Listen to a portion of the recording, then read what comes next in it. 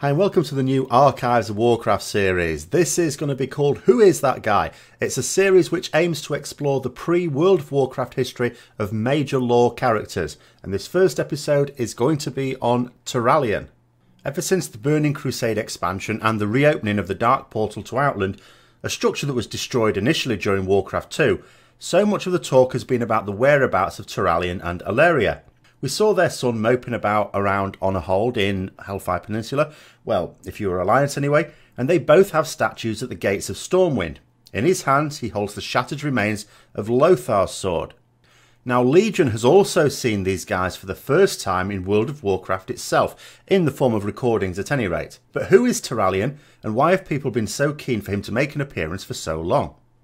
Well, first of all, he's a paladin, so that marks him out for greatness straight away.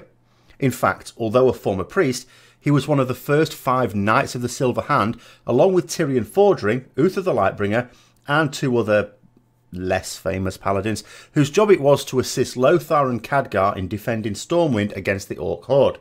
He also met Illaria, an elf ranger from Silvermoon, sister to Sylvanas. They later became close to one another as Turalyon tried to save Illaria's Eversong forest from the rampaging Horde.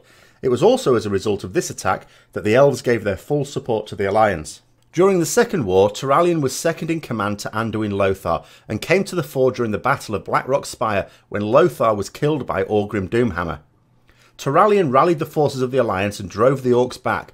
Up until this point he'd been struggling to wield the light with full force, but now he shone with it, blinding those around him as he saw himself and the light as defenders of the inhabitants of Azeroth, against the Orcs, who were creatures not of this world. In fact, the title of Lightbringer conferred upon Uther was down to Turalyon and this event. It refers to the inspiration that Uther provided which brought the light to Turalyon, so to speak, at this desperate hour. He was then appointed Supreme Commander of the Allied armies in Lothar's place and led an expedition to the Dark Portal where they managed to disable it.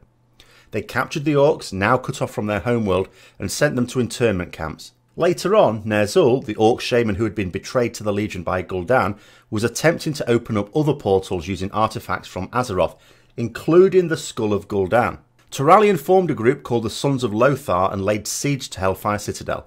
Ner'zhul escaped, but Deathwing arrived on the scene at roughly this time. One group of forces pursued Ner'zhul, while Turalyon went after Deathwing to retrieve the Skull of Gul'dan. That was needed to seal off the Dark Portal again. This they eventually did, but it left Turalyon, Illaria, Khadgar and a number of other heroes on the Draenor side of the now disabled portal.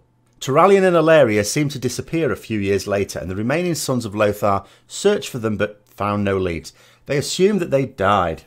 Now it may transpire, however, that they possibly went through one of Ner'zhul's portals, something that had been suspected for some time.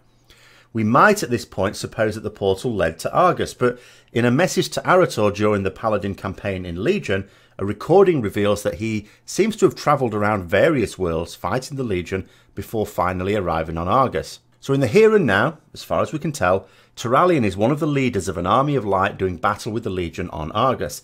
In patch 7.3 we will be heading off to that planet, which has essentially been devastated by the Fel.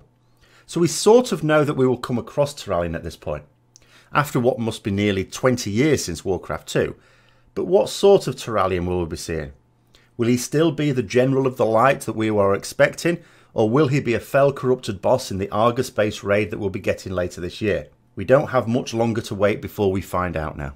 So I hope you found this video interesting. If you did, don't forget to subscribe for further content and share with others who may also be interested. Until next time, I'll see you later.